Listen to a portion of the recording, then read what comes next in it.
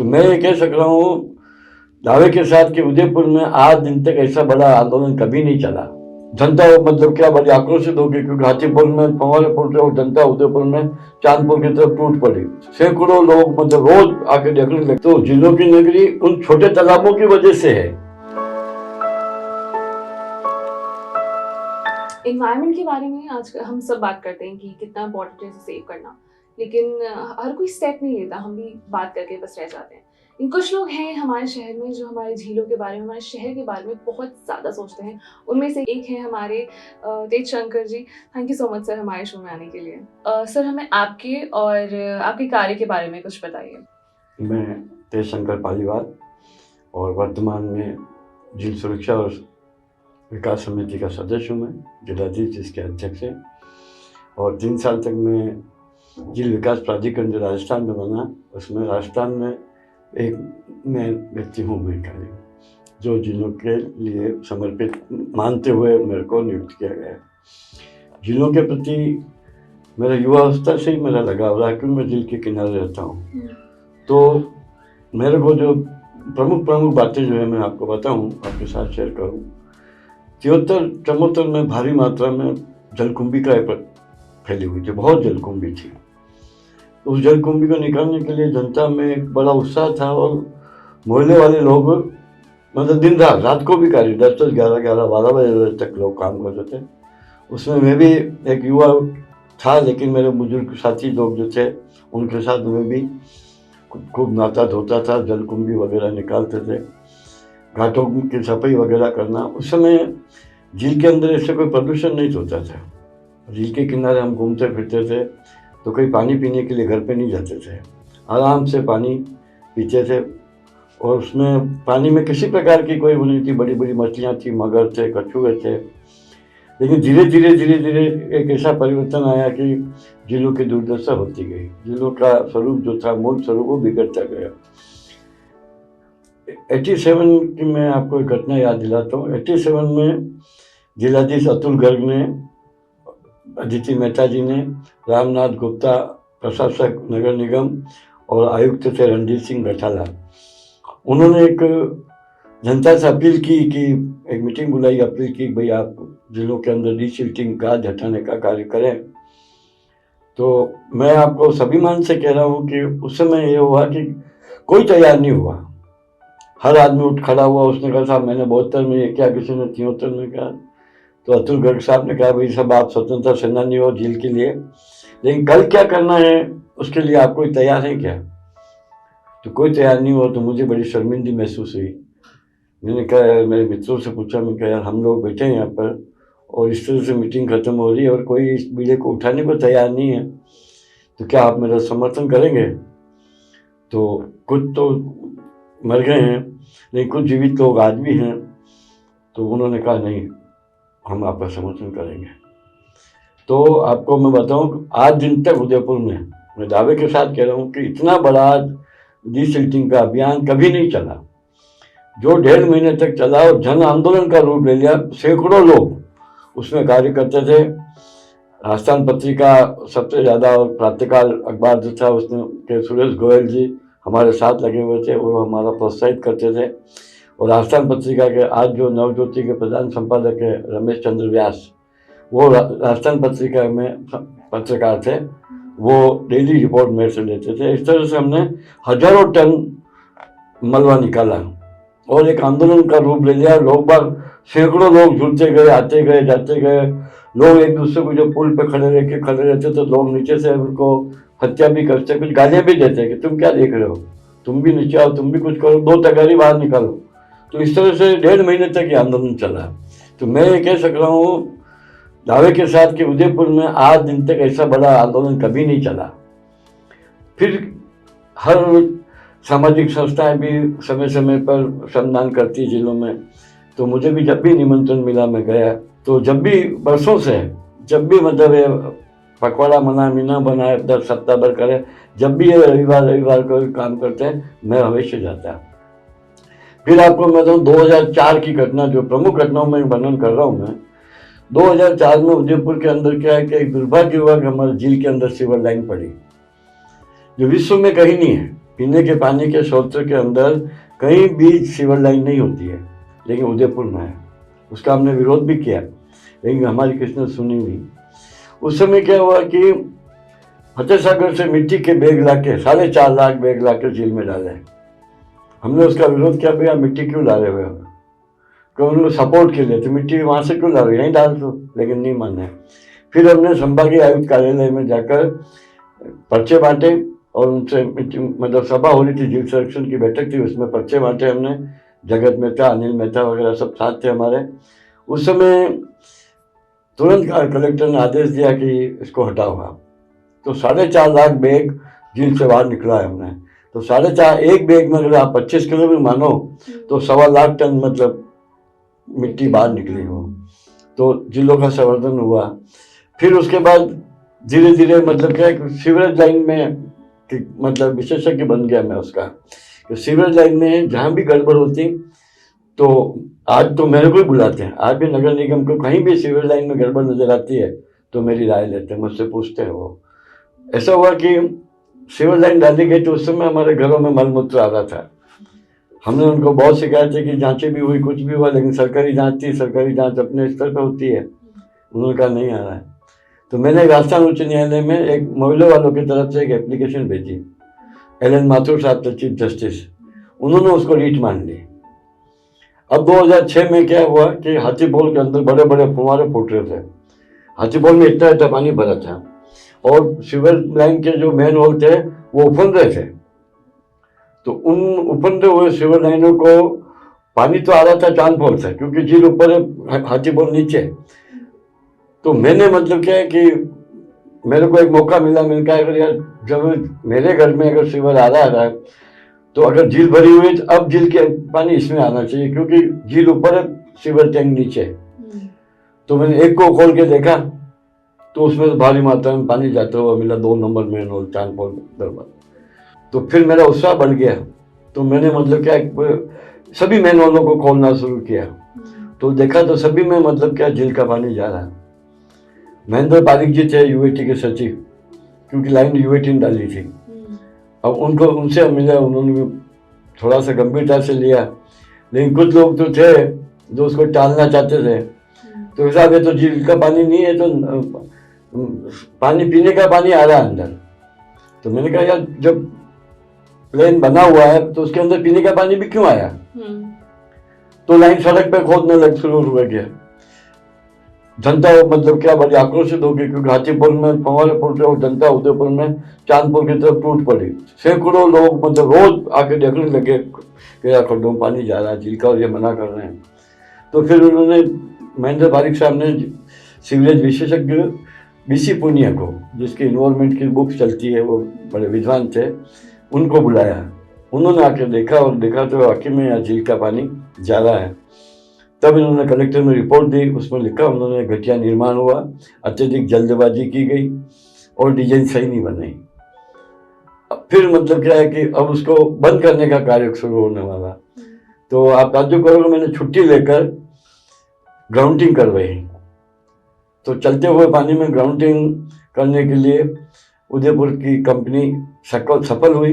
बाकी अजमेर, दिल्ली, मेरठ, अहमदाबाद सारी एजेंसी आई और उन्होंने उसको ग्राउंडिंग करने की कोशिश की, लेकिन उदयपुर की एक एजेंसी है उसने ये काम किया और अच्छा हुआ और करोड़ों लीटर पानी बचाने का एक सौभाग्य प्राप्त हुआ मुझे। तो मेरा और उत्साह बढ़ गया। तो अब मैं मतलब क्या कि कहाँ कहाँ पानी जा रहा है ढूंढना शुरू कर दिया। फिर मेरी सोच बढ़ी, तो सोच बढ़ी, जो सोच का दायरा भी बढ़ा। फिर मैंने नालों को बंद कराने की, जब झील के अंदर आपने सीवर लाइन डाली तो नाले क्यों जा रहे हैं। तो छोटे मोटे करके 32 नाले हमने बंद करवाए, जो आज अब बंद हुए हैं। उसमें भी अभी भी जा रहा है, लेकिन वो पानी जा रहा है कि लापरवाही की वजह से, कहीं जाली लगी और जाली ओवरफ्लो होकर पानी झील में जा रहा है, वरना सीवर नाले बंद हुए। और उस समय 54 मेन होल के अंदर हमने ग्राउंडिंग करवाई और ग्राउंडिंग करवा के उसको बंद करवाया। फिर 32 नाले बंद करवाए। नाले बंद करने के बाद मतलब क्या झील के अंदर जो लाइन है उसमें से पानी आज भी जा रहा है। तो कलेक्टर साहब रोहित गुप्ता जी थे और सिद्धार्थ सियाग से थे नगर निगम आयुक्त। तो सिद्धार्थ सियाग जी जिलों के प्रति बड़ा संवेदनशील थे। तो उनको मैंने कहा साहब मैं जब भी इनको बताता हूँ कि साहब झील का पानी सीवर लाइन में जा रहा है, तो ये हमेशा कहते हैं फलानी होटल से आ रहा है, फलाने एरिया से आ रहा है। मैंने साहब एक बार रात को चेक करवा दो आप। तो उन्होंने हाँ भर ली। अब उन्होंने हाँ भर ली। हम रात को 1 बजे अरुण व्यास एसी नगर निगम, महेंद्र समदानी, कर्णेश माथुर, हम और मैं, अनिल मेहता, नंद किशोर शर्मा, नगर निगम के कर्मचारियों को लेकर रात को लाइनें खोली हमने 1:30 बजे। अब कौन मूत रहा है, कौन सा पानी आ रहा है, तब देखा करोड़ों लीटर पानी जा रहा है। अब उसको रोकने का काम शुरू किया हमने वापस। तो उन पॉइंटों को, जो पॉइंट झील के बाद थे, उन पॉइंटों को ढूंढ के बंद किए। अभी भी कई पॉइंटों से पानी जा रहा है झील का, झील सिवर लाइन के अंदर। स्मार्ट सिटी का काम चल रहा है, उसमें हो जाएगा ये बंद। लेकिन मेरे को एक तरह से झील का तो एक्सरे कर रखा है मैंने, और सिवर लाइन का भी एक्सरे पुरानी लाइन जो है, नई लाइन का भी तो ध्यान रख रहा हूँ, लेकिन पुरानी लाइन का एक्सरे कर रखा है। ऐसा एक्सरे कर रखा है कि कहीं भी मगजमारी हो तो नगर निगम मेरे से राय देती है। फिर अम्बा माता पंप हाउस में देखा तो बहुत बड़ा एक झरना गिर रहा। तो अब मैंने उसमें ग्राउंडिंग खुद ने की। अच्छा। केमिकल लेके उसको एक थैले में भर के केमिकल को रेत सीमेंट से और पाइप में फंसाया। उसको फंसा के 3-4 मतलब ये जो अपने सब्जी के थैले नहीं आते हैं बाजार में, साड़ियों के टुकड़े, उन साड़ियों के टुकड़े में भर के भरा और लाखों लीटर पानी पड़ने का बच गया। इस तरह से मतलब मैं इस पे लगा रहा हूँ। अभी भी क्या है कि कहीं भी मतलब सिवर लाइन में गड़बड़ हो रही होती है या ओवरफ्लो हो रहा होता है, तभी से गए हफ्ते आप बोलते 5-6 दिन तक रेगुलर अम्बा माता से नई पुलिया लाइन पे हमने काम किया था। अखबारों में रोज आया था वो। तो जब मतलब मेरे को झील के अंदर पानी कहीं भी जाता है वो नजर आ जाता तो मैं मगजमारी किए बगैर छोड़ता नहीं। अभी 5-7 दिन पहले की बात है, आपको देखूंगा कि झील के अंदर भारी मात्रा में मीट डाल रखा था, मरे हुए जानवरों का कचरा वगैरह वगैरह। नगर निगम के आयुक्त को बुलाया, से बात की, उन्होंने सत्यनारायण शर्मा को भेजा और सारा कचरा बाहर निकलवाया। अभी थोड़े दिन पहले देखा मैंने, एक दिन नाव में बैठ के, मैं सपे वाले की नाव थी उसमें बैठ के मैंने देखा तो पुलिया के ऊपर दरारें पड़ रही है। और उदयपुर में सबसे मतलब हेरिटेज पुलिया है, विरासत है, हमारी धरोहर है चांदपुर पुलिया। चांदपुर पुलिया के ऊपर मतलब बड़े बड़े पेड़ उगा है, और उन पेड़ों की वजह से क्या है, पेड़ सड़क पे आ गए थे, और उन पेड़ों की वजह से क्या हुआ कि जड़ों का विस्तार हुआ तो जगह फटती गई, तो कई लंबी लंबी दरारें पड़ गई पुलिया में। और अभी भी हम उस पर काम कर रहे हैं। अभी आज ही मेरे बात हुई कि भी इसमें अभी तो उन्होंने एसिड लगाया, लेकिन कुछ रसायन की क्रिया और करवाएंगे, और उस पुल की रिपेयरिंग भी मैं करवाऊंगा। इस तरह से जिलों के प्रति मेरा जैसे जैसे मतलब भावना बढ़ती गई, मेरी उम्र बढ़ती गई, तो मैं उस पर मतलब काम कर रहा हूँ। उसमें अभी क्या, मैंने 4 मुकदमे भी कर रखे हैं। एक तो कर रखा है जरिया से जो पानी जा रहा है, जरिया, मीट मार्केट, खटीक समाज का नौरा। आप कभी भी हाथीपुर रोड पर निकलो जरिया के वहाँ तो देखना लाखों लीटर पानी पर मिनट में घंटे में जा रहा है। तो उस जमाने में तो उस पानी की कोई वैल्यू नहीं थी, क्योंकि खाई में जाता था, लोग नहाते धोते थे, कपड़े धोते थे, और वो ग्राउंड वाटर रिचार्ज करता हुआ आयत में चला जाता। लेकिन अब पानी की जब मतलब हमें बहुत ज़रूरत है, और बूंद बूंद नारे लगाते हैं बचाओ जल बचाओ जल बचाओ, तो फिर वो जल बचाने मैंने कई एप्लीकेशन लिखी, लेकिन उसमें उन्होंने किसी प्रकार में ध्यान नहीं दिया। तो फिर मैंने कोर्ट में बात दायर कर दिया। फिर थोड़े दिन बाद देखा तो एक सड़क बनाने का प्रस्ताव आया कि चांदपोल से भरमपोल तक एक झील के अंदर सड़क बना दी जाए, और ये ड्रीम प्रोजेक्ट कहलाता है महापौर जी का। उसमें मैंने भी हाँ भरी, मुझे नहीं, लेकिन तुरंत मैं जैसे ही मीटिंग से बाहर आया, आनंद दीदी थी अध्यक्ष, बाहर आया, मुझे एकदम खत्म, झील के अंदर लाइन कैसे बढ़ेगी। मैं वापस गया, तुरंत एप्लीकेशन लिख के दी उनको कि मैडम ये गलती रूप से मैंने हाँ भर दी है, लेकिन ये झील के अंदर रोड नहीं बननी चाहिए, कि झील का वास्तविक स्वरूप बिगड़ जाएगा, ये हमारी ऐतिहासिक धरोहर है, और झील का बराव क्षेत्र कम बढ़ेगा, और झील के अंदर जब आवाजाही बढ़ेगी तो प्रदूषण भी बढ़ेगा, लाइटिंग भी बढ़ेगी, देश विदेश से पक्षी भी आते हैं, 2 टापू भी है अंदर, उन टापुओं पर हजारों पक्षियों का निवास है, तो चहल पहल भी होगी, लाइटिंग भी होगी, तो उन जीवों को नुकसान पहुंचेगा। तो उस पर कार्रवाई की कोर्ट में अभी वो चल रहा है, हाई कोर्ट से उसको स्टे मिला हुआ है। फिर चला नावों का कि 483 MCFT की झील है और इसमें 78 तो नावें चल रही है और 42 जेटियां लगी हुई है, और जिन लोगों के होटल पे जाने आने का रास्ता है वो भी मतलब वो चला रहे, और बड़े बड़े इस कमरे से 3 गुने बड़े बड़े कमरे जैसे होटल चले। नावों का जो परिभाषा है वही परिवर्तन कर दी है, और वो होटल और रेस्टोरेंट चल रहे हैं अंदर। तो उन रेस्टोरेंट होटलों को बंद कराने के लिए भी एक बात दायर किया, वो भी अभी चल रहा है। ये चला, फिर इतने में पड़ा वो एक क्रूज उतार रहे हैं। अब वो क्रूज झील के अंदर एक चलता फिरता, इन्होंने क्या, झील के किनारे अब जगह नहीं रही है, पूरी जगह भर गई, पिछोड़ा पूरा भरा गया है, झील के किनारे कोई जगह नहीं है। तो इन्होंने एक षड्यंत्र किया, चलता फिरता होटल बना दें नेक पैलेस की तरह। तो इन्होंने करीब 140 फीट लंबा, 350 टन से करीब उसका वजन, 9 फीट उसकी शाफ्ट, वो तैयारी कर दी। तो वो मैंने कोर्ट में किया, तो कोर्ट ने, उदयपुर की कोर्ट ने, ADJ 4 ने उसको बाहर निकालने का आदेश दिया। हाई कोर्ट से अभी वो स्टे ले आए हैं, लेकिन अभी अंदर बाहर ही पड़ा हुआ है। दूसरा ये कि कलेक्टर ने जब मीटिंग में ये बात हो गई कि किसी तरह से डीजल का वाहन नहीं चलेगा, तो फिर वो क्यों चलेगा, वो भी इससे लगा दिया हमने। अब फिर क्या होता है, छोटे तालाब, उदयपुर के आसपास के 42 छोटे तालाब हैं। 7 जिले तो बड़ी है ही है हमारे पास, लेकिन 42 छोटे तालाब है। छोटे तालाबों का महत्व इसलिए है कि एक तो वो बाढ़ नियंत्रण करते हैं, दूसरा ग्राउंड वाटर रिचार्ज करते हैं। अब उनका स्वरूप बिगड़ रहा है, जैसे फुटा तालाब है, उसमें रोड बन गई, मकान बन गए। मनवाखेड़ा तालाब ही गायब हो गया। मंडोपा तालाब सेलिब्रेशन के पीछे वाला, वहाँ कॉलोनी बस गई। मजार के सामने भुवाना, डागलियों की मंगरी पे जो भरा हुआ तल है उससे ऊपर मिट्टी डाल के दुकानें निकाल दी। इसी तरह से माउले वाला तालाब है, उस तालाब में मिट्टी डाल के ऊंचा कर दिया। फिर अपने तितड़ी वाला तालाब है, उसमें भी मिट्टी डाल रहे हैं। तो छोटे तालाबों को संरक्षण के लिए भी मैं काम कर रहा हूँ, और छोटे तालाबों का संरक्षण मूल रूप से तो बाढ़ नियंत्रण तो करता ही है वो, उसके अलावा सबसे बढ़िया हमारा ग्राउंड वाटर रिचार्ज करता है। उदयपुर की झील जो है शहर, वो जिलों की नगरी कहलाता है। वो किसी पिछोला लेक पे फतेह सागर की वजह से नहीं कहलाता है। आप सजनगढ़ के ऊपर जाके अगर देखो तो छोटे छोटे सितारे की तरह चमकती हुई झीलें नजर आती है। तो झीलों की नगरी उन छोटे तालाबों की वजह से है। मुख्य तालाब तो है ही, वो प्राकृतिक तालाब है, ये तो तालाब बांधा हुआ है, वो झीलें है। अब उन जिलों पे क्या पेटाकास्ट अधिकार है उनको, कुछ 22 जो तालाब हैं वो है निजी खातेदारी, और 20 तालाब है यूईटी के पास में।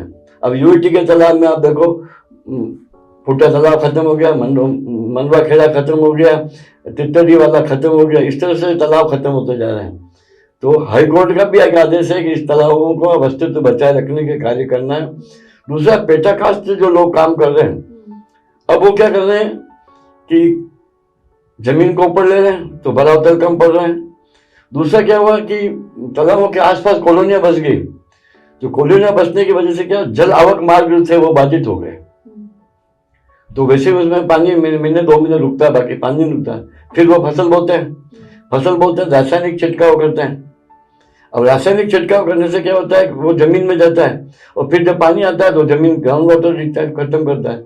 फिर तालाब जो अगर बना है तो तालाब में तो पशु पक्षी सभी पानी पीते हैं, और आसपास के कॉलोनियों के हैंडपंप वगैरह ट्यूबवेल है वो भी तो इससे से रिचार्ज होते हैं। तो वो जहर भी हमारे शरीर में आ रहा है। तो ये झील एक मतलब कोई एक स्विमिंग पूल नहीं है, ये इसे मतलब बहुत व्यापक किस्म वो है। फिर हम पहाड़ों को बचाने का काम कर रहे हैं कि अगर 2 पहाड़ मर जाते तो एक छोटा तालाब तलाई मर जाती है। जब 2 पहाड़ अगर है तो 2 पहाड़ों के बीच में हमारे यहाँ बोलते हैं नाड़ी, हर गांव में एक छोटी नाड़ी होती थी जहाँ लोग धो भी लेते थे, शौच आदि निवृत्त के लिए भी लोटा भर के ले जाते थे। वो 3 महीने 4 महीने भरी रहती थी, पशु पक्षी पानी पी लेते थे। वो अब खत्म हो गई। अब जब पहाड़ जब खत्म होंगे तो हमारी झीलें नहीं बचेगी, और उदयपुर के में अभी यही हुआ है कि उसमें प्रशासन को भी दोषी मानता हूँ। इसलिए दोषी मानता हूँ कि प्रशासन जहाँ रघुनाथपुरा में पहाड़ी कटरी है, बड़ी में पहाड़ी कटरी है, इसवाल रोड पे पहाड़ी कटरी है, नाथूद्वारा रोड पे पहाड़ी कटरी है, तो प्रशासन ये कह के कि ये मेरा क्षेत्र नहीं, ये मेरा क्षेत्र नहीं, ये नहीं चलेगा। हमें व्यापक दृष्टि रख के उन पहाड़ों को बचाना होगा।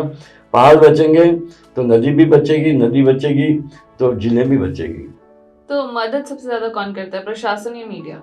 देखो, मीडिया ज़्यादा करता है, फिर प्रशासन। मीडिया की वजह से प्रशासन करता है। जी।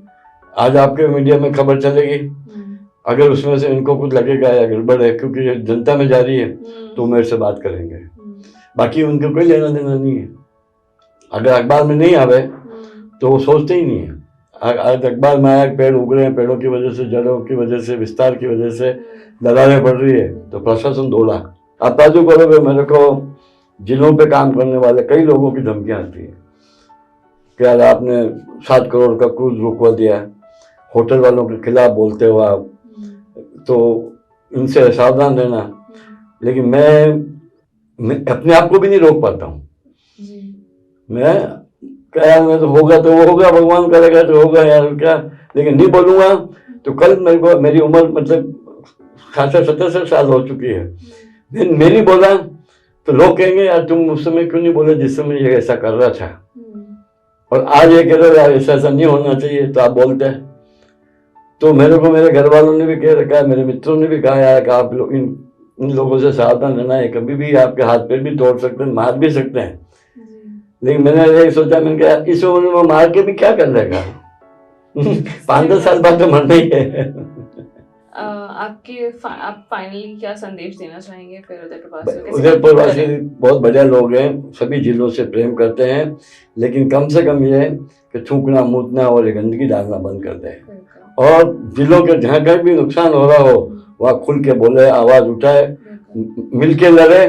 हम सहयोग करेंगे आपके साथ, आप आवाज तो उठाओ कम से कम।